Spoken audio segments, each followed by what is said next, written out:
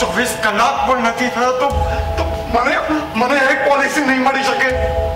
વીમો જીવતા જ લેવાય દોસ્ત, મર્યા પછી નહીં.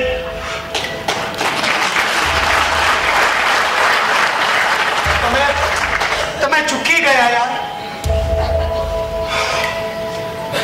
હા, ચૂકી ગયો.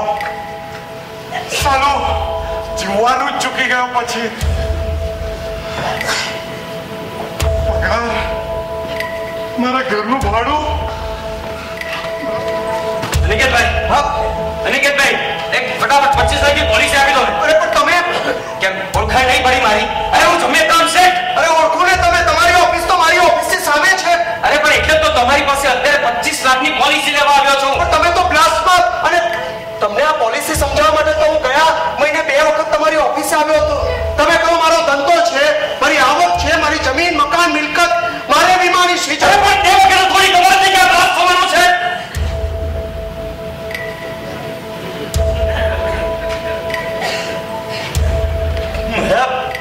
દીકરાને ડોક્ટર બનાવવાનું સપનું છે યાર.